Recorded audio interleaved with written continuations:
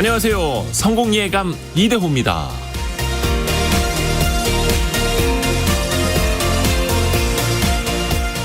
전경련 시대가 막을 내렸습니다. 전국경제인연합회가 55년 만에 그 이름을 한국경제인협회, 한경협으로 바꾼 건데요.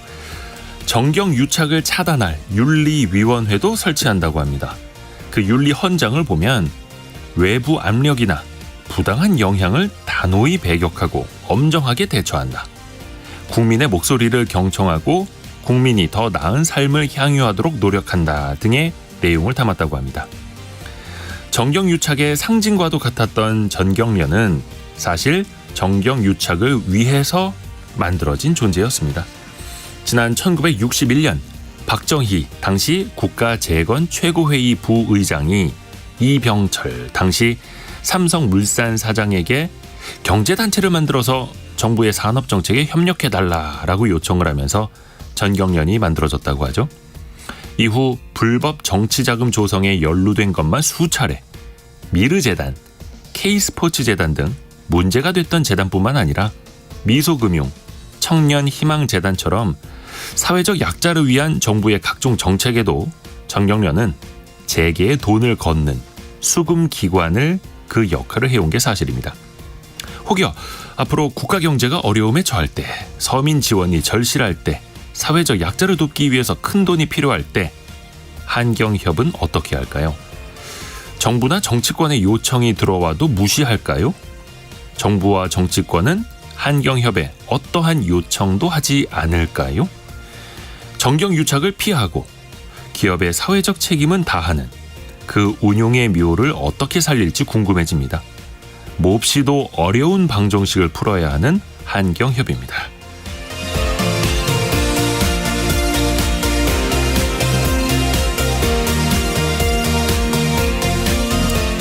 안녕하세요. 이대호입니다. 8월 23일 수요일 성공예감 이대호입니다. 시작을 하죠.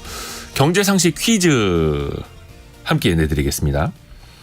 올해 상반기에 신용회복위원회를 통해서 빚을 탕감받은 20대가 4,654명, 5년 전에 비해서 2배나 늘었다고 하네요. 감면을 해준 채무액을 보니까 평균 880만 원, 이 역시 5년 전 대비 70%가량 늘었습니다. 전 연령대 가운데 가장 높은 증가율을 또 젊은 층이 또 보여주고 있는데, 일각에서는 탕감을 기대하고 최선을 다해서 빚을 안 갚는 것 아니냐 이런 지적도 나옵니다. 영어로는 모럴 해저드라고도 하는데요. 이걸 우리말로 맞춰주시면 됩니다. 영어로는 모럴 해저드, 우리말로도 5글자네요. 5글자. 이게 참 해이해졌다 이렇게 표현을 하는데요. 짧은 문자 50원, 긴 문자 100원이 드는 샵 9730으로 참여해 주시면 되고요. 추첨을 통해서 선물을 꾸준히 보내드리고 있습니다. KBS 콩과 유튜브를 통해서도 함께 하실 수 있고요. 성공예감 이대호입니다. 자주 검색하시면 성공이 가까워집니다.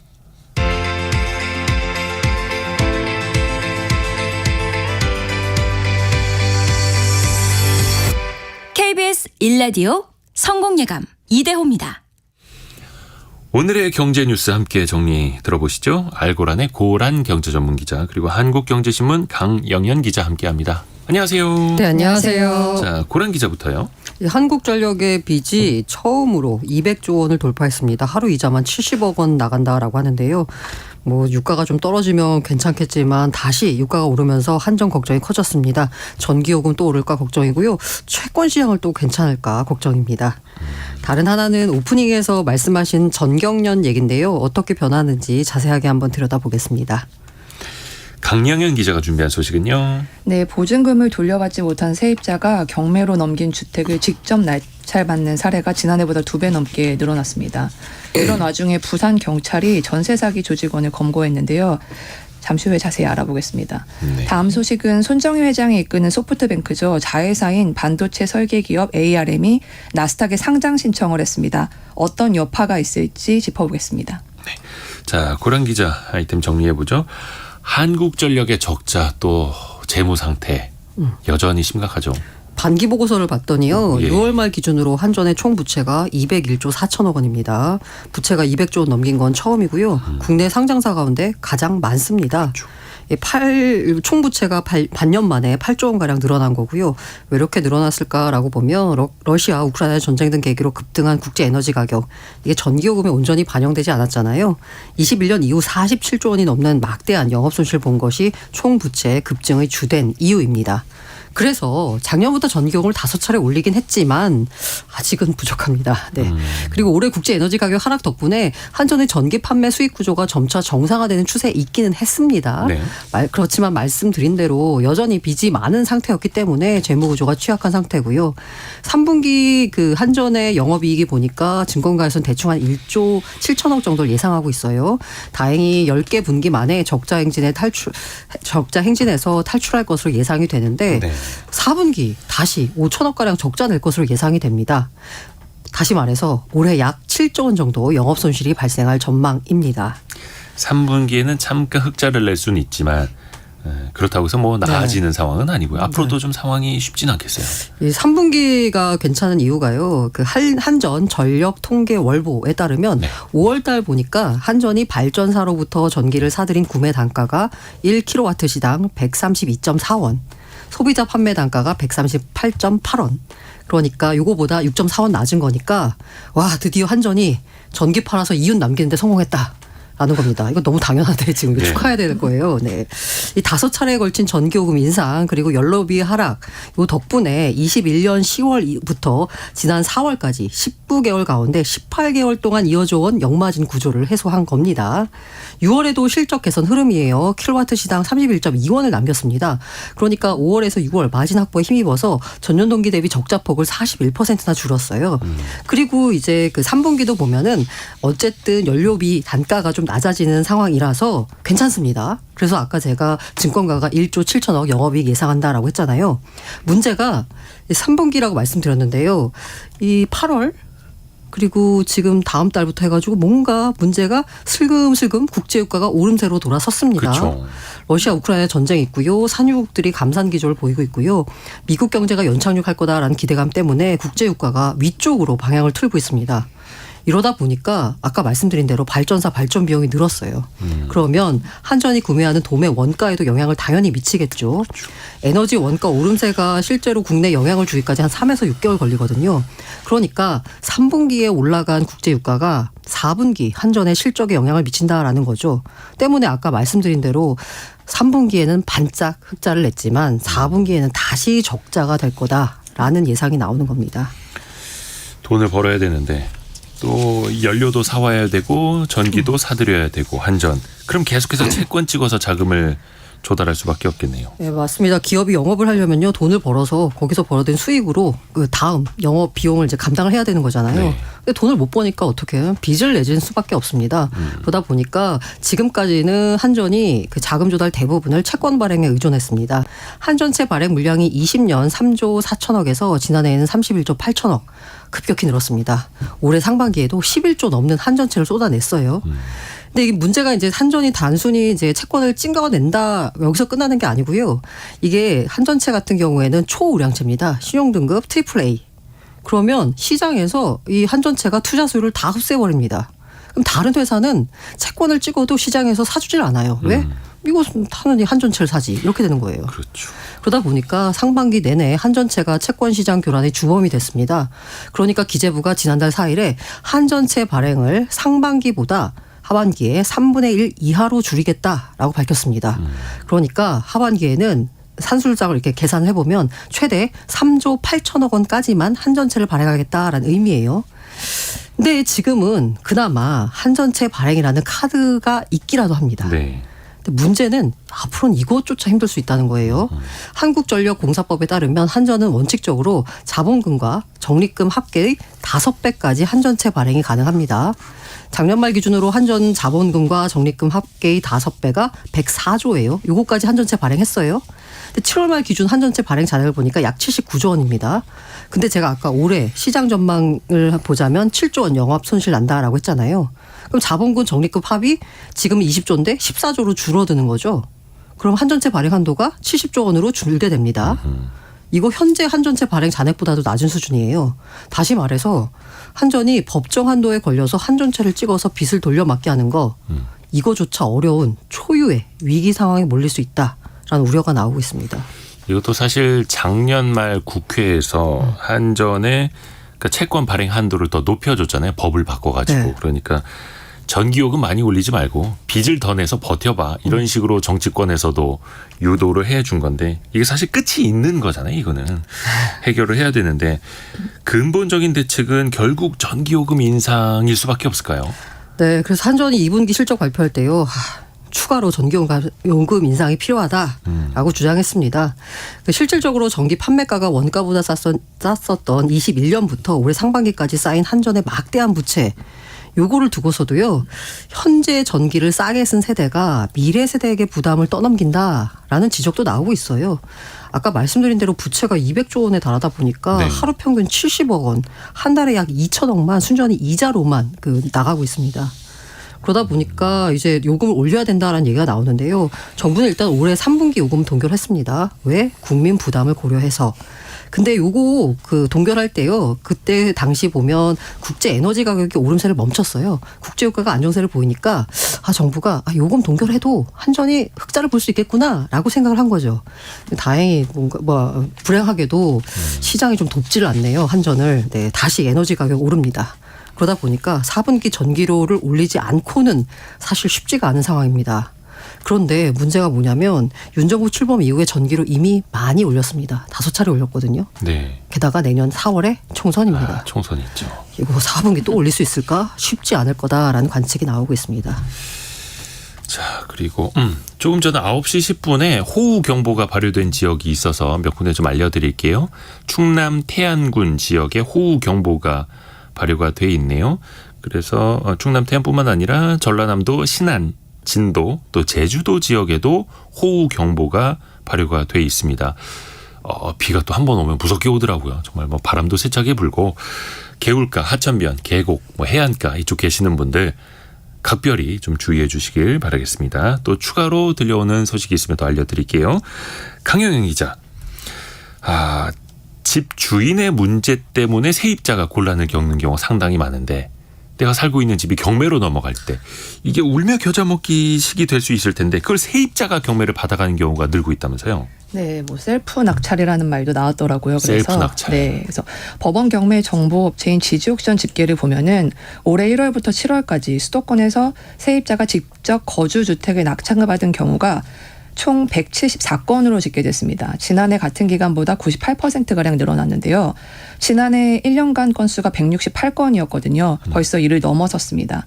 최근 역전세 난과 전세 사기 피해자가 많았던 인천 같은 경우에는 지난해 1월부터 7월까지 세입자 셀프 낙찰이 6건에 불과했는데 올해는 같은 기간에 37건, 그래서 500%가 넘게 증가했습니다. 그리고 경기도 같은 경우는 올해 53건으로 작년 같은 기간보다 80% 늘어났고요. 서울도 84건으로 작년보다 60% 증가했습니다. 이렇게 직접 경매가 셀프 낙찰이 늘어난 거는 역시 전세 사기 그 피해 때문이라고 봐야겠죠. 네, 그렇습니다. 강서구 화곡동의 전세 사기 피해 사례처럼 이제 은행의 근저당권에 앞서서 대항력을 갖춘 세입자가 있는 경우에는 경매 낙찰자가 경매 낙찰을 받더라도 낙찰 금액 외에 세입자 보증금까지 모두 변제해 줘야 하거든요. 그러니까 이제 경매 종결이 잘 안 되죠. 그래서 세입자가 보증금을 직접 회수하기 위해서 직접 낙찰을 받는 겁니다. 여기에 역전세 난으로 세입자들이 직접 보증금을 회수하기 위해서 주택 경매를 신청하고 그러니까 낙찰을 받는 건수가 늘어날 것이라는 전망도 나오고 있습니다. 세입자가 이제 선순위인 경우에는 6차례 거듭될 가능성이 큰 만큼 계속 거주 의사가 있다면은 보증금 이하로 직접 낙찰을 받는 것도 한 방법이라는 조언도 나오고 있습니다. 그리고 또 한편으로 이제 선순위 근저당자가 있어서 대항력이 없는 세입자들이 있잖아요. 이런 분들 같은 경우는 경매 시장에서 보증금 회수가 어려운데 이런 전세 사기 피해자는 앞으로 전세 사기 특별법에서 부여한 우선 매수권 이것을 통해서 거주 주택의 직접 낙찰 여부를 결정할 수 있습니다. 또 수도권 지역뿐만 아니라 부산에서도 전세 사기가 일어나고 있다 이런 소식들 좀 있었는데 그 일당이 검거가 됐네요. 네, 부산에서 전세 사기로 100억 원이 넘는 리베이트를 챙긴 부동산 컨설팅 업체 조직원들이 경찰에 무더기로 적발이 됐는데요. 리베이트만 100억 원. 네, 이 일당이 2021년부터 최근까지 수도권 등 전국 빌라와 오피스텔 매물을 대상으로 동시 진행 깡통 전세 수법으로 122억 원을 챙겼습니다. 동시 진행이라는 게 뭐냐 하면은 그러니까 자본이 없는 상태예요, 자기들은. 근데 일단 세입자와 빌라 등의 전세 계약을 맺은 후에 임차인에게서 이제 보증금을 받죠. 그걸로 해당 빌라를 매입하는 방식입니다. 매물을 내놓은 집주인한테 이제 대신 가서 우리가 매매해주겠다 이렇게 접근을 하고 부동산 시세의 어두운 사회 초년생 그리고 타 지역 거주자들을 대상으로 해서 매매 시세보다도 더 높은 금액으로 전세 계약을 체결하는 겁니다. 네. 그래서 신용 불량자인 바지 명의자 이 사람한테 소유권 그리고 전세금 반환 의무를 다 넘기고 한 번에 최대 1억 원의 리베이트를 챙긴 것으로 나타났습니다. 그 결과 세입자들은 전세 보증 기간이 만료돼도 보증금을 돌려받지 못하는 상황이고요. 확인된 피해자만 53명에 달합니다. 네. 범행에는 공인중개사 그리고 중개보조원 심지어는 분양업체 관계자까지도 가담한 것으로 알려졌습니다. 이들은 이제 깡통 아파트 그리고 분양사고로 신탁회사 소유가 된 아파트들을 노렸는데요. 부산 지역의 기초생활보장 수급자 등의 명의를 이용해서 허위의 전세계약서와 재직증명서를 만들었고 그리고 이를 이용해서 은행이나 금융기관에 제출해서 32회에 걸쳐서 전세 대출금 57억 원을 챙기기도 했습니다. 그러니까 경찰에서는 전세 임대차 계약을 하기 전에 주변 시세를 확인해서 일단 이게 해당 전세 그리고 임대차 보증금이 과도하게 높게 책정된 것 아닌지 확인하라고 조언을 했고요. 또 금융기관에게도 전세 대출할 때 이제 대상 부동산에 가서 현장 실사를 좀 하고 소유권 이전 등에 대한 세밀한 관리를 해야 한다고 조언했습니다. 자, 다시 고란 기자에게 갑니다. 오프닝에서 제가 이제 전경련이 아니라 한경협이다. 네. 예, 한국경제협회로 이름 바뀐다라고 말씀을 드렸는데 회장은 류진 회장. 네네. 예, 선임이 됐네요. 그 한국경제협회 이 명칭은요. 산업통상자원부가 전관 개정을 승인하는 다음 달 중순부터 공식 사용 가능하고요. 저 이거 찾아봤더니 재밌더라고요. 처음에 61년에 이병철 회장이 이거 전경련 만들 때요. 처음 만들었던 이름이 한경협입니다. 네. 한국경제협회. 그리고 68년에 일본의 게이단넨하고 이름 비슷하게 바꾼다고 전경련이라고 바꿨는데 네. 다시 원래로 돌아간다. 그래서 이 초심으로 돌아가려나? 라는 생각이 좀 들었거든요. 네. 어쨌든 이제 유 회장 같은 경우에는 2001년부터 전경련 회장단으로 활동했습니다.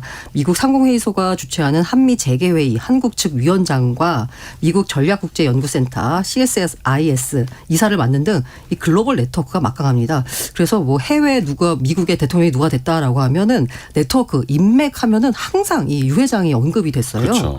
그 유 회장 같은 경우에는 취임사에서 어두운 과거를 깨끗이 청산하고 잘못된 고리를 끊어내겠다라고 강조했습니다. 사실 경제단체 수장 취임사에 반성이 들어간 건 조금 이례적이죠. 아무래도 국정농단 사태 때문에 삼성, SK, 현대차, LG 등 4대 그룹이 회원에서 탈퇴하면서 6년 동안 전경련 위상이 추락했기 때문으로 풀이됩니다. 유 회장은요. 윤리 경영을 실천하고 투명한 기업 문화가 경제계 전반에 뿌리 내리도록 하겠다. 그 첫걸음으로 윤리위원회를 신설하겠다라고 밝히면서 윤리 부분을 강조했습니다. 류진 회장은 이제 풍산이라는 회사의 회장이기도 하고요. 그러면 이제 삼성을 비롯해서 4대 그룹이 다 복귀를 하느냐 이게 네. 또 핵심 핵심이죠. 포인트였잖아요. 네. 왜냐하면 어쨌든 이게 협회니까 회비로 운영이 되잖아요. 그렇죠. 이 4대 그룹이 회비의 40%를 차지합니다. 그리고 4대 그룹이 들어가야지 재계 위상이 딱 이렇게 있는 거거든요. 그래서 이 전경련이 한국경제연구원을 흡수통합했습니다. 근데 여기 보면은 아까 말씀드린 4대 그룹이요. 전경련은 탈퇴했지만 한국경제연구원은 회원사로 남아 있었거든요. 그런데 전경련이 한국경제연을 흡수했잖아요. 네. 그러니까 요 한경영에 남아있던 회원사가 자연스럽게 전경련 회원으로 전환이 된 겁니다. 마치 합병이 되듯이. 네네네. 네. 예, 그래서 이렇게 자연스럽게 된 건데요. 예, 다만 삼성증권 같은 경우에는 그 전경련에 복귀하지 않기로 경영진이 결정을 내렸습니다. 그리고 여기 아직까지 뭐 쇄신한다라고 하고 있지만 여전히 우려감이 있잖아요. 삼성준법감시위원회도 앞서서 삼성의 전경련 재가입 조건부 승인하면서요. 혁신에 대한 우려감을 드러내긴 했습니다. 중요한 건 이제 앞으로는 어떻게 달라지느냐 그렇죠. 이걸 봐야 되죠. 그 유 회장은 이제 앞으로 전경련은 모델이 뭐냐, 벤치마크를 삼아야 될 게 뭐냐라고 했을 때 미국 전략국제연구센터 CSIS 같은 싱크탱크 형식을 제시했습니다. 실제로 유 회장이 2020년부터 여기 이사로 활동하고 있거든요. 네. 이 초당파적인 연구 성과를 낸다라는 평가를 받고 있습니다. 싱크탱크 하면은 사실 한경연도 국내 대표적인 싱크탱크였거든요. 그렇죠. 근데 국정농단 사태 터지면서 25명이던 박사급 연구원이 6명으로 쪼그라들었습니다. 위상이 많이 이제 추락한 건데요. 네. 이 싱크탱크로 거듭나려면 연구 조직을 더 확대하고 강화하고 연구를 용역해 주든지 이제 선택해야 되는 상황인데 앞으로 어떻게 변화될지 그리고 전경련 같은 단체가 필요하긴 하잖아요. 싱크탱크 역할로 거듭나기를 바라봅니다. 네. 자, 강영현 기자. 영국의 그 반도체 설계 자산 기업이죠. ARM이라고 부르기도 하는데 이 ARM이 미국 나스닥에 이제 상장을 합니다. 네, 블룸버그 등 외신에 따르면 ARM이 미국 증권거래위원회에 나스닥 직상장을 위한 서류를 제출했습니다. 상장 시기는 다음 달이고요. 다만 상장 주식수 등 구체적인 조건은 공개하지 않았습니다. 블룸버그에서는 ARM의 목표 기업 가치, 그러니까 시가총액이죠. 600억에서 700억 달러, 한국 돈으로 하면은 80조에서 94조 원 수준이라고 보도를 했습니다. 네. 참고로 최근 소프트뱅크가 사우디아라비아 비전펀드의 암 지분 25%를 인수할 때 당시 기업 가치 평가액이 640억 달러였거든요. 그러니까 그 정도 수준으로 보고 있는 것 같습니다. 다만 소프트뱅크가 비전펀드가 보유한 암지분 25%를 161억 달러에 매입한 뒤에 소수 지분만 상장하기로 결정을 했기 때문에 월지 같은 경우에는 이번에 상장되는 ARM 주식이 전체의 10% 정도 수준이 될 것이라고 보도하기도 했습니다. 일단 ARM이 상장하게 되면 미국 주식시장에서 2년 만에 최대 IPO 종목으로 기록이 되는데요. 2021년 10월에 리비안 전기차 제조기업이죠. 여기가 137억 달러 규모의 IPO에 성공했는데 이후에 가장 큰 규모입니다. 기술주 중에서는 이제 알리바바가 250억 달러, 그리고 메타가 160억 달러였는데 여기에 이어서 세 번째 규모입니다. 굉장히 큰 규모의 상장이 될 텐데 ARM 어떤 기업인지랑 시장의 평가는 어떤지도 좀 같이 알려주세요. 네, ARM은 이제 스마트폰의 두뇌 역할을 하는 앱 어플리케이션 프로세서 AP라고 하죠, 보통. 네. 이런 반도체 설계의 핵심 기술을 보유한 기업입니다. 그래서 스마트폰 칩 시장 점유율이 무식 9%입니다. 그러니까 삼성전자, 애플, 퀄컴, 그리고 AMD 이렇게 저희가 알만한 이런 많은 빅테크 기업들이 주요 고객사고요. 엔비디아가 2020년에 400억 달러를 투입하면서 ARM 인수에 눈독을 들인 것도 이런 이유 때문입니다.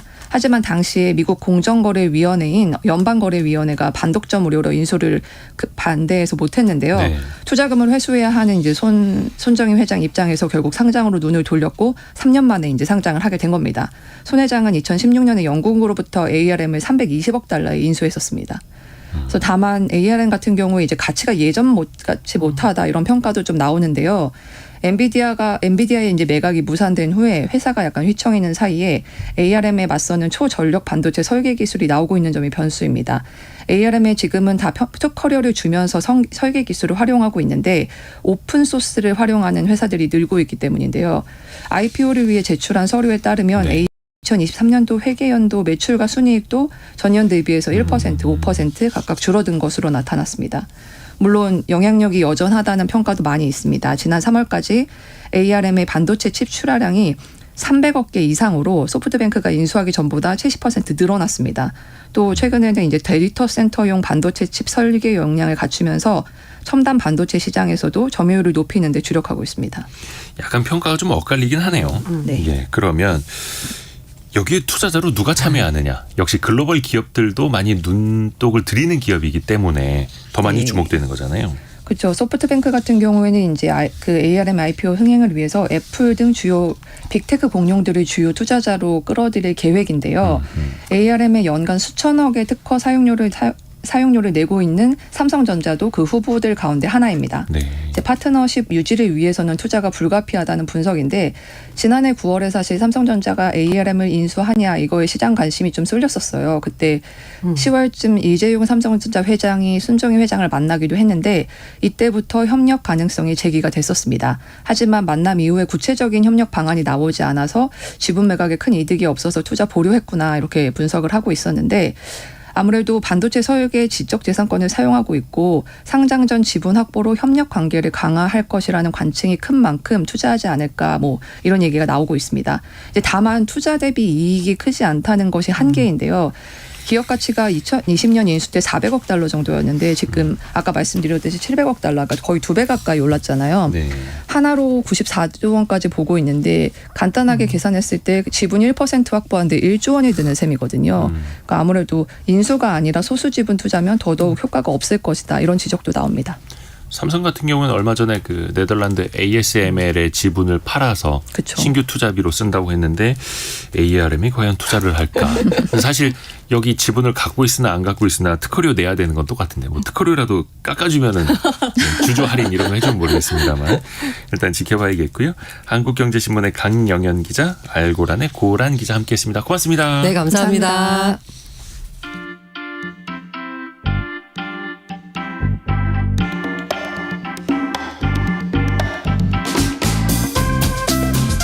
지금 여러분께서는 KBS 일라디오 성공예감 이대호입니다를 듣고 계십니다.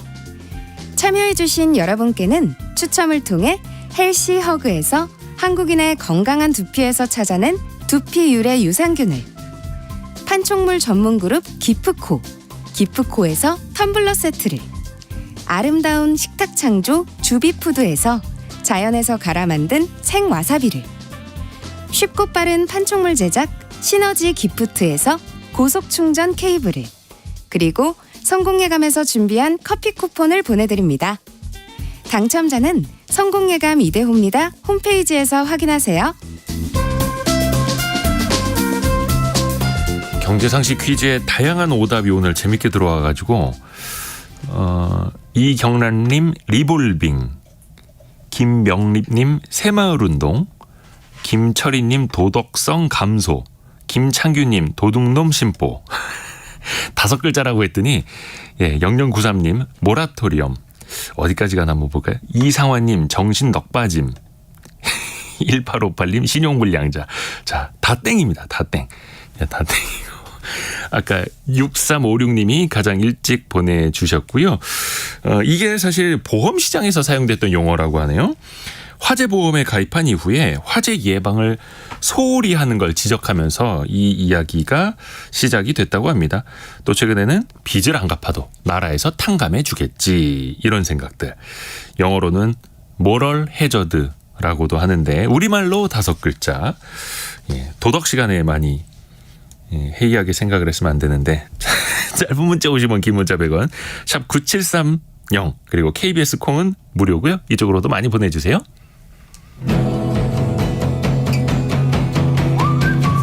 오늘의 움직임에 주목하고 세상의 흐름을 놓치지 않습니다. 여러분의 내일을 응원하며 성공의 열쇠를 함께 찾아갑니다. 성공예감 이대호입니다.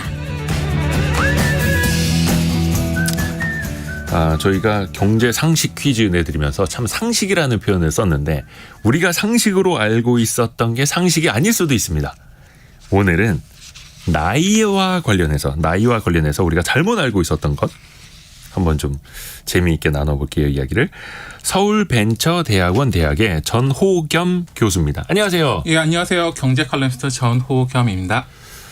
사실 우리나라 사람들은 초면에도 그렇고 뭐 몇 년생이세요? 아니면 이제 어른들은 너 몇 살이니? 몇 살인데 어디다 대고 막 이런 식으로 그렇죠. 나이 이야기 정말 많이 합니다. 그렇죠. 우리나라 사람들이 나이에 민감하다라고 봐도 되겠죠? 그렇죠. 사실 딱 보면은 나이를 물어볼 수밖에 없는 게 처음에 존칭 문제가 있고요. 네. 그리고 사실 뭐 형 동생을 해야 되는 약간 존칭 문제도 있고 또 우리나라는 좀 생활 의전 문화가 있는 것 같아요. 제 생각에. 그리고 저는 생활 의전 문화. 그 뭐냐면 처음 만나서 뭐 커피를 마신다 이러면 누가 커피를 받아올 것인지, 누가 커피를 살 것인지, 아니면 누가 뭐 이렇게 가져올 것인지부터 시작해서 누가 안쪽 자리에 앉을 그쵸. 것인지. 네. 그리고 하다못해 고기를 먹으면 뭐 누가 고기를 구울지, 누구한테 먼저 물을 따라야 될지, 사실 이게 다 나이 물어보고 순서대로 쫙 의전을 세우는 거잖아요. 네. 뭐 그것뿐만 아니라 저 같은 경우 이제 저희는 또 학교가 빠른 문화가 있어가지고 1년씩 먼저 가는 문화가 있었잖아요. 맞아요. 최근에는 없어진 걸로 알고 있는데 저 같은 경우 빠른 77이거든요. 네. 그래서 제 친구 같은 게 76이에요. 네. 근데 언젠가 이제 술자리에 갔더니 78이 빠른 78이 제가 77이라고 그러니까 친구인 줄 알고 저랑 친구여가지고 만났는데 76은 저랑 친구잖아요. 그리고 76하고 꼬이죠, 78하고 꼬여. 예. 그러니까 서로 이제 나이 차이가 꽤 있는데 서로 셋이 만나서 이제 다 나중에 이제 약간 그 서열이 약간 이상하게 꼬여가지고 선배 후배가 아니라 막 친구처럼 되는 경우도 있고 뭐 이렇다 보니까 우리나라 어쩔 수 없이 또 그런 문화가 있고요. 하다못해 회사에서 메일 쓸 때도 이제 보통 뭐 사장님, 부장님, 과장님 순서대로 적잖아요. 근데 예. 그 안에 과장님이나 뭐 대리도 나이 순서대로 이렇게 적어야 되거든요. 그러니까 하다못해 우리가 일상적으로 쓰는 일상 문화라든지 아니면 회사에서 쓰는 하다못해 메일까지도 나이를 알아야지 순서대로 적을 수 있으니까 자연스럽게 이제 나이가 모든 걸 기준이 될 수밖에 수밖에 없는 거죠. 강유희님이 맞네요. 생활의전 이렇게 보내주셨고 진수정님은 민증 까. 아, 그렇죠. 이 세 글자 많이들 이야기를 합니다. 자, 그런데 이 이야기를 왜 하느냐? 여기서 우리가 이제 경제적으로도 계속 이제 살펴봐야 되잖아요. 그렇죠. 저 혹시 청년의 나이가 법적으로 기준이 딱 정해져 있는데 몇 살인지 혹시 아세요? 이거 되게 복잡한 걸로 알고 있어요. 맞습니다. 범위도 넓고. 맞습니다. 이게 원래 법에 청년기본법이라고 있는데 청년기본법. 청년기본법 3조 1항에 의하면 청년의 범위를 19세에서 34세 이하로 정해놨거든요. 그러니까 쉽게 말해서 이제 30대까지인 거죠. 예. 그런데 이게 또 재밌는 게 법상에 법령이나 다른 조례로 청년 기준을 다르게 설정할 수 있게 해놓은 거예요. 각 지역마다. 네, 그래서 각 지역마다 각 법마다 또 청년의 범위가 다 달라요. 그래서 예를 들어가지고 이제 농업 분야 같은 경우에는 예. 농업은 지금 통계청에 따르면은 농업 경영주 평균 나이가 68세거든요. 거의 70대에 육박했잖아요. 그러다 보니까 여기서는 농업 분야에서 후계 농업인 및 청년 농업인 육성 지원에 관한 법률 시행령에서는 청년 농업인을 40대 미만이라고 정했어요. 그러니까 30대인 거죠, 여기도. 네. 그런데 이게 나이가 사실 말이 안 되잖아요. 농촌에 30대가 많지 않잖아요. 그렇죠. 그러다 보니까 이 지자체, 광역단체 같은 경우에 예를 들어 가지고 전북도나 경남도는 청년의 기준을 45세 미만으로 잡고 있고요. 조금 더 내려가서 기초지방단체 같은 경우에는 뭐 평창군이라든지 옥천군 등은 50세 미만으로 하고 있죠. 그러니까 한국 나이로는 50이고 만으로는 49세까지 청년으로 보고 있는 거죠. 50이 넘기 전까지는 시골 가면은 일단 청년으로 쳐주고. 그렇죠. 뭐 우리 동네에서 환갑이면 막내요. 그렇죠. 뭐 이런 데도 청춘이죠. 있어요. 이게 전 교수님이 보시기에 특히 우리나라에서 나이 가지고 생각하고 있는 잘못 생각하고 있는 큰 오해 어떤 게 있을까요? 저는 가장 큰 게 이제 어르신들은 모바일 기기를 안 쓰거나 아니면 좀 인터넷을 잘 못 쓸 거라는 좀 오해가 있는 것 같아요. 그게 가장 큰 오해 같고 예를 들어 가지고 오히려 우리가 생각하는 것과 달리 온라인이나 모바일 기기를 230 세대보다 50대도 많이 쓰거든요. 40, 50대도요. 네. 그러니까 예를 들어 가지고 모바일 인덱스의 통계에 의하면 연령별 월간 넷플릭스 이용 시간 같은 경우에 1등이 연령대 어떻게 되는지 아세요?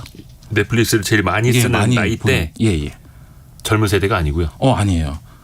1등이 40대고요. 40대. 예. 2등이 50대고요. 3등이 30대고요. 그리고 맨 마지막이 20대거든요. 근데 심지어 1등인 40대는 월 659분을 보거든요. 네. 그런데 20대는 405분을 봐요. 그러면 40대가 20대보다 64%더 넷플릭스를 더 많이 이용하고 있는 거죠. 4, 50대가 제일 많이 본다. 예. 심지어 이뿐만 아니라 이제 유튜브 같은 경우에 요즘에 MZ세대가 유튜브를 검색까지 하잖아요. 네. 그러니까 당연히 사실 유튜브 일평균 기준으로 봤을 때 1등은 20대고요. 2위가 심지어 50대죠. 근데 1위 같은 경우에 20대는 77분을 쓰고요. 2위는 50대는 65분을 쓰니까 사실 10분 정도밖에 차이가 안 나거든요. 네. 그러니까 지금 50대가 우리가 생각하는 것보다 훨씬 많이 인터넷 쓰고 있는 거죠. 그리고 과기부 발표에 의하면 50대 모바일 인터넷 이용률은 99%라고 하고요. 그리고 심지어 60대도 94%에 육박한다고 합니다. 이제 중년, 장년들도 스마트폰 정말로 자유자재로 쓰십니다. 저희 KBS 콩으로도 그래서 메시지 많이 보내주시는 분들도 계시고요. 중년, 장년층 중에서도. 그리고 또 중요한 게 이분들이 젊은 세대랑 다르게 소비 여력이 있지 않습니까? 조금 그래도 자산이 더 있으니까. 그렇죠. 소비 여력이 또 있다 보니까 예. 이제 BC카드 조사에 의하면 OTT나 영화관 등에서 지난 5년 새에 MZ세대 매출액은 3.7배 정도 상승했는데요. 네. 중장년층은 훨씬 많은 7.7배를 상승했다고 그러고요. 그러니까 이런 현상은 단순하게 OTT에 국한된 게 아니라 온라인 쇼핑몰이나 배달 앱에서도 발견되는데요. KB 국민카드가 신용카드 회원 2,000명의 데이터를 분석해 봤더니 네. 50세 이상 시니어 연령층이 작년 2002년 매출액 증가율이 17%로 20, 40대의 증가율은 11%였거든요. 네. 그보다 훨씬 많이 높았다고 합니다. 그 중에서도 특히 이제 주목해야 될 부분이 온라인 쇼핑몰과 배달앱인데요. 이것도 다 온라인과 모바일이죠. 이거 같은 경우에 온라인 쇼핑몰의 경우 50대가 20대나 40대보다 약 3배 정도 많았고요. 그리고 배달앱의 경우 5배 이상 높았다고 합니다. 그 KB 국민카드가 회원 2천만 명 예. 대상의 데이터를 살펴본 거고요. 예. 혹시 창업을 할 때는 어떨까요? 창업을 할 때는 확률, 통계적으로 좀 유리한 나이가 따로 있을까요? 그렇죠. 예를 들어 가지고 통계청에서 이제 발표한 고령층 부가조사를 보면요. 예. 55세에서 64세 취업 유경험자가 생애 가장 오래 근무한 일자리 일한 기간은 평균 15년이고요. 거기서 그만뒀을 때 평균 나이가 49.3세거든요. 그러니까 쉽게 말하면 40대 사실상 퇴직을 하고 인생 2막을 시작하는 거거든요. 우리나라가. 15년 일하고 49세에 퇴직한다. 그렇죠. 이제 그렇게 보면 40대 거의 다 이제 50 바라본 40대 뭘 할까 이렇게 고민을 많이 하잖아요. 내가 창업을 해야 될지 취업을 하자니까 좀 나이가 애매한 것 같기도 하고 사실 고민이 많은 나이거든요. 네. 근데 여기 굉장히 사람들한테 희망을 주는 메시지가 있는데요. 예. 하버드 비즈니스 리뷰 발표에 의하면요. 예. 미국에서 스타트업을 설립한 270만 명, 한두 명이 아니라 270만 명을 조사했더니 이 중에서 창업 후에 5년간 매출 증가율이 상위 0.1%에 속한 성공한 기업가들의 이 사람들이 창업할 당시의 나이를 봤거든요. 네네네. 그랬더니 놀랍게 몇 살인지 아세요? 몇 살이요? 40대 딱 중간인 45세였던 거죠. 그러니까 이게 45세면은 되게 애매한 나이 아니야 이렇게 생각할 수 있지만 미국에서 조사한 결과 45세에 창업하는 게 가장 성공하는 확률이 높았죠.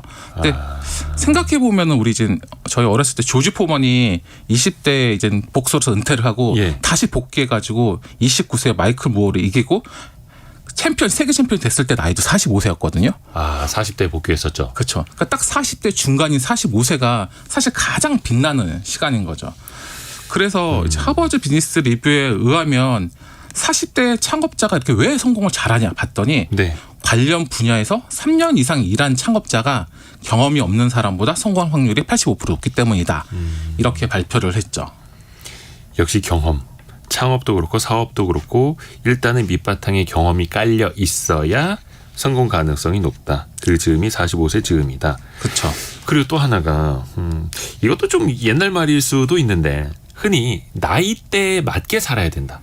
그렇죠. 청년은 청년처럼 뭐 그쵸. 나이 먹었으면 나이값도 해야 되고. 그렇죠. 이것도 맞는 말일까? 뭐 시대가 좀 빠르게 변하고 있는데. 맞습니다. 그 예를 들어가지고 지금 서울시 2022년 노인 실태조사에 의하면 우리나라 65세 서울시에 계신 고령층이 스스로 노인이라고 생각하는 나이가 평균 72.6세거든요. 스스로를 노인이라고 생각하는 나이가 70대. 네, 72.6세거든요. 72.6세. 그러니까 사실 70세 중반 정도 돼야지 내가 이제 노인인가 이렇게 하고 있는 거죠.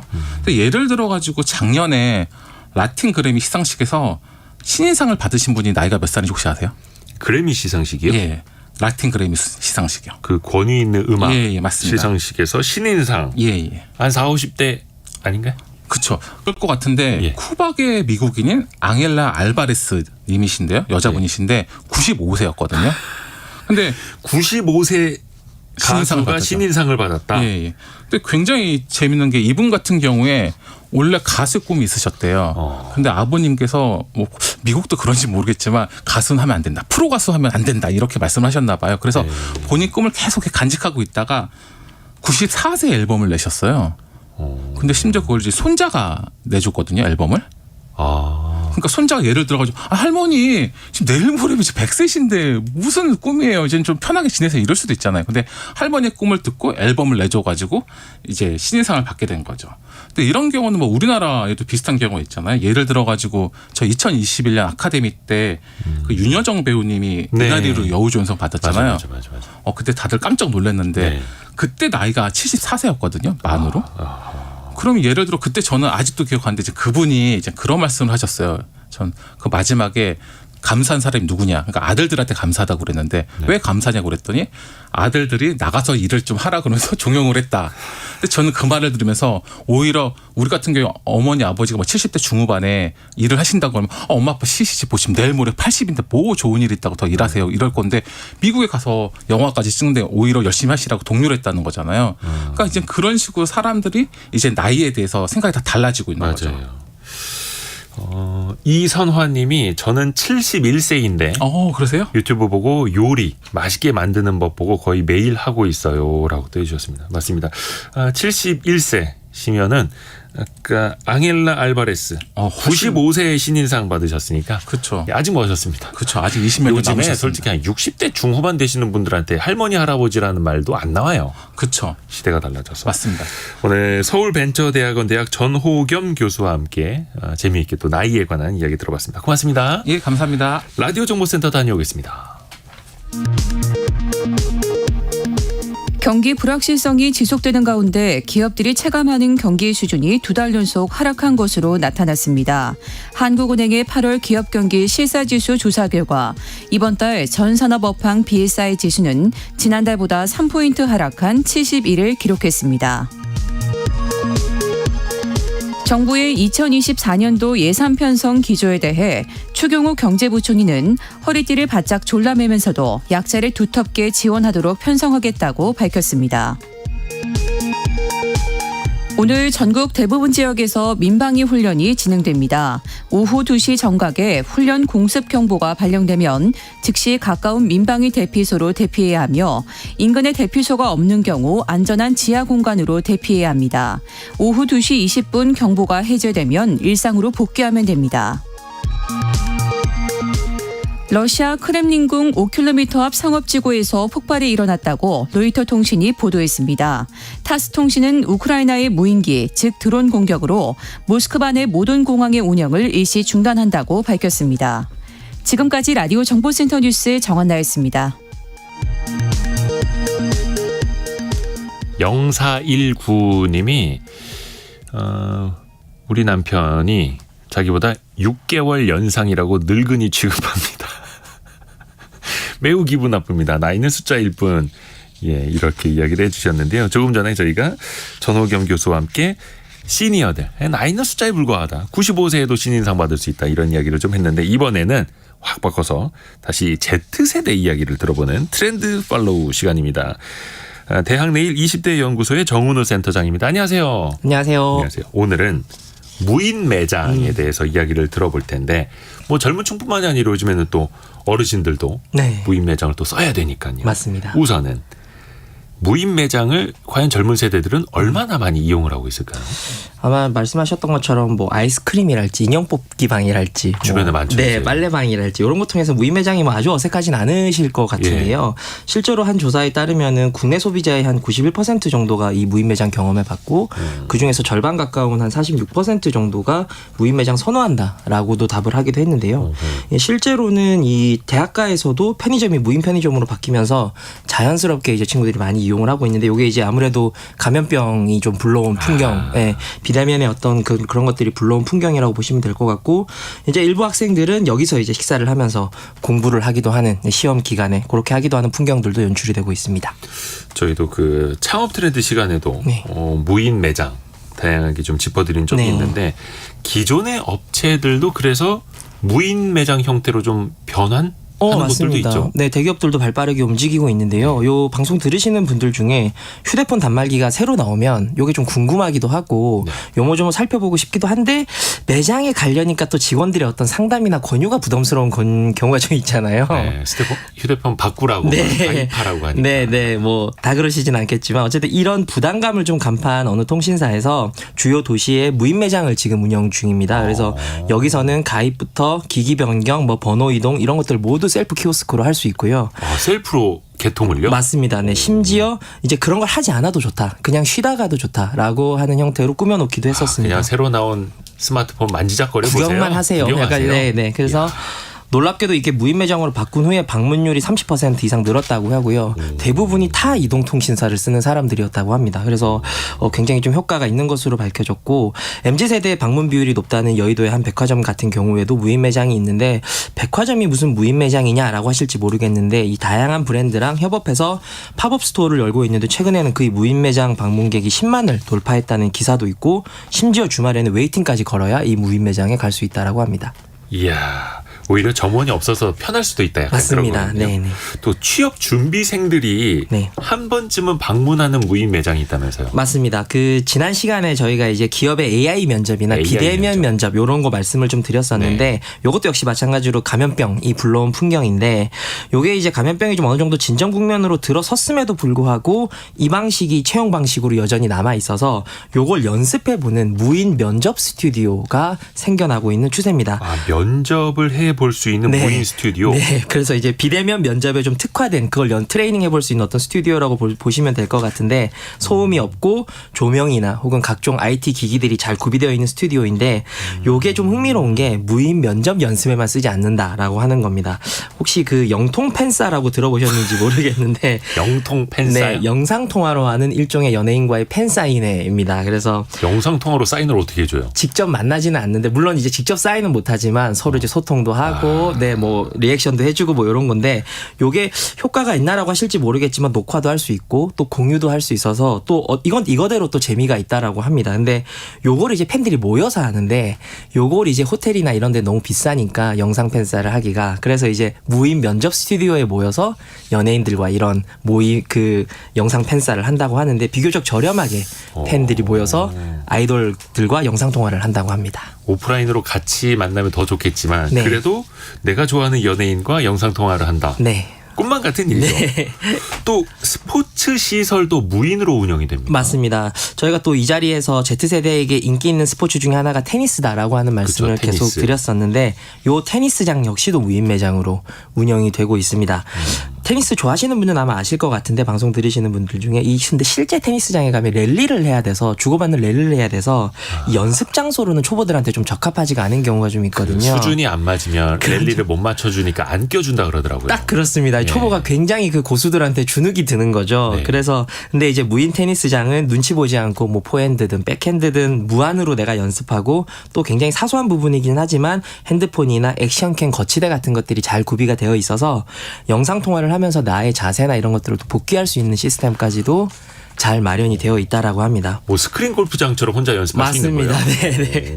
그리고 그런 테니스뿐만 아니라 뭐 무인 필라테스, 무인 탁구장까지도 있는데요. 이런 것들은 아마 유튜브에서 영상을 찾아보시면 알겠지만 시설이 직원이 상주하는 어떤 스포츠 매장만큼이나 워낙 훌륭해서 상주 인원이 또 없다 보니까 24시간 또 운영되는 또 그런 장점까지도 있습니다. 야, 근데 이것도 뭔가 배우러 가는 건데 사람이 없다. 좀 잘 상상이 안 가기는 하는데. 네. 뭐 공방 같은 데서 뭘 네. 만드는 것도 배울 수 있는데 근데 그 공방도 무인으로 운영이 되는 데가 있다면서요? 맞습니다. 뭐 소위 말하는 그 클래스 뭐 이런 식으로 부르는 네, 그런 수업들인데요. 네. 이게 사람이 없는데 어떻게 배울까라고 궁금하실 텐데 그쵸. 이게 이렇게 진행됩니다. 예를 들면 이제 어떤 커플이 당금주를 배울 수 있는 무인 공방에 간다라고 예. 했을 때는 여러 가지 샘플들이 이미 구비가 되어 있습니다. 그래서 마셔보고 내 취향에 맞는 걸 찾은 다음에 매장 냉장고 같은 곳에 이제 자유롭게 재료가 구비가 되어 있습니다. 그래서 알려주는 레시피대로 이걸 가져온 다음에 책상에 태블릿 PC가 있습니다. 이제 그걸 보면서 이제 당금주를 함께 배우고 이제 그걸 진행을 하게 되는데 재료와 도구나 공간은 모두 오프라인에 구비되어 있고 배우는 것만 이제 동영상을 통해서 하는 건데 이게 좋은 점이 이게 막 그 자잘하게 재료나 도구를 구비하지 않아도 되고 배움을 나만의 속도로 할 수 있다라고 하는 게 굉장히 좋다라고 합니다. 그래서 조금 늦게도 볼 수 있고 정지해서 볼 수도 있고 다시 볼 수도 있고. 네. 그렇죠. 앞에 두고 선생님이 있어서 같이 그렇죠. 배우려면 그 속도 따라가야 눈치 되고. 보이죠, 또. 네. 나는 아직 다 준비 안 됐는데 옆 사람 속도에 맞춰야 네. 되고. 근데 이게 무인으로 되면은 그냥 내가 태블릿 PC를 멈췄다가 맞습니다. 되돌렸다가 다시 그렇죠. 해볼 수도 있고. 맞습니다. 오히려 더 편할 수도 있겠네요. 맞습니다. 그리고 또 꽃집도 무인으로 운영이 되는 데가 있어요? 네, 몇 가지 또 주목할 만한 장소들이 있는데요. 말씀하신 꽃집입니다. 여기도 이제 무인 매장으로 운영되는 곳이 이제 홍대 쪽에 특이한 곳이 하나가 있는데 여기는 흥미로운 것이 그냥 꽃만 사고 나가는 것이 아니라 아예 이 매장을 들렸을 때 인증샷을 남길 수 있도록 매장이 굉장히 세련되게 구비가 되어 있습니다. 꽃밭이니까. 맞습니다. 그래서 그냥 물건만 사고 나가는 무인 매장이 아니라 여기서 아예 인생샷까지 남길 수 있게 구비를 했다라는 건데 꽃집이라고 하면 아마 청취자분들은 꽃다발 그럼 누가 만들어주냐라고 궁금하실 분들도 계실 수가 꽃꽂이 있는데 누가 해줘야죠? 그렇죠. 근데 여기는 꽃을 골라서 매장 로고가 담긴 가방에 담아가면 되는 구조인데 이 매장 로고가 담긴 가방이 굉장히 소위 말하는 힙하게 생겼습니다. 아, 예뻐요. 네, 그래서 아예 꽃을 담기만 해도 이게 패션 아이템이 돼서 허리춤에 메고 다니거나 이런 식으로 달고 다닐 수 있게 그래요? 구성이 되어 어떻게 있습니다. 만들었길래 그러지? 네, 그리고 중고 의류를 판매하는 이른바 구제샵이죠. 이런 데들도 이제 대학가에서 무인 매장으로 운영이 되고 있는데 이런 것들도 역시 마찬가지로 눈치 보지 않고 구제 의류를 여러 번 이제 착장을 해보고 인증샷도 찍어보고 키오스크를 통해서 구매하는 시스템입니다. 이야, 신기하네요. 네. 무인 꽃집, 네. 무인 구제샵. 맞습니다. 자, 그러면 뭐 젊은 세대도 그렇고 네. 뭔가 재방문하도록 해야 되잖아요. 그냥 그렇죠. 한번 가서 재미로 가봤고 네. 호기심에 가봤고 그걸로 끝나면 안 되는데요. 맞습니다. 그래서 몇 가지 포인트를 좀 말씀드리면 앞서 설명드렸던 것처럼 무인 스포츠장에 고수들보다 초보들이 많이 온다라는 거에 좀 주목을 하실 필요가 있을 것 같습니다. 그래서 여기서 좀 눈여겨보셔야 하는 것이 눈치 보지 않고 매장을 이용하면서 초보들이 배울 수 있는 시스템을 구비해 놓는 게 무인 매장들에게 좋다라고 일단 말씀을 드리고 싶고요. 무인 꽃집 사례에서 말씀드렸던 것처럼 매장의 인테리어가 됐든 포장이 됐든 인증샷이나 인생샷까지 구비를 하게 해서 이게 자연스럽게 우리 무인 매장을 내가 홍보비를 들이지 않아도 실제로 이용 고객들끼리 SNS에 올려서 전파될 수 있는 어떤 그런 것들을 만들어 놓는 것도 요 Z세대 소비자들을 타겟으로 하는 무인 매장을 고려하시는 분들이라면 꼭 필요한 포인트이지 않을까 생각하고 있습니다. 마지막으로 혹시나 네. 무인 매장 관심 있으신 분들 네. 근데 이것만큼 하지 말아야 된다. 주의할 점도 좀 알려주세요. 당연히 있습니다. 그 무조건 무인이면 성공한다라고 생각하시면 곤란하고요. 엄연히 이것도 이 접객을 하는 매장인 만큼 접객 원칙을 정해야 된다라는 게 전문가분들의 의견입니다. 그래서 가장 중요한 항목으로 Z세대들이 꼽았던 것은 위생 관련 항목, 청소나 정리정돈 같은 게 잘 돼 있어야 되고 그 외에도 뭐 기기 고장이나 분실물에 대한 원칙도 또 필요합니다. 그리고 사실 처음 시작하시는 분들은 시간적 여유가 조금 있으시면 유인 무인을 좀 병행하는 하이브리드형을 좀 운영하시는 것도 추천하는 조언도 있었고요. 또 최근에는 말씀드렸던 것처럼 워낙 많은 것들이 무인화되고 있어서 정말 이게 무인 아이템으로서 차별화가 되는가 같은 것들도 잘 상권 분석을 하셔야 될 것 같습니다. 아하, 그렇죠. 이용자를 넘어서 또 이걸 창업하시는 분들도 계실 테니까요. 네. 대학내일 20대 연구소 정은우 센터장과 함께했습니다. 고맙습니다. 고맙습니다. 자, 알찬 소식 여기서 끝나지 않았습니다. 2부에서도 또 계속 이어집니다. 아까 전에 유혜원 님이 오늘 드디어 이한 작가님 나오시는 건가요? 신납니다. 라고 또 정답도 같이 보내주셨는데 인기 폭발입니다. 조선시대 부동산 전쟁, 이 재산을 둘러싼 싸움, 오늘도 이 남들 땅 싸움 왜 이렇게 재밌지? 2부 때도 기대해 주세요. 역사 커뮤니케이터 이한 작가와 잠시 후에 돌아옵니다. 10시 5분에 뵐게요.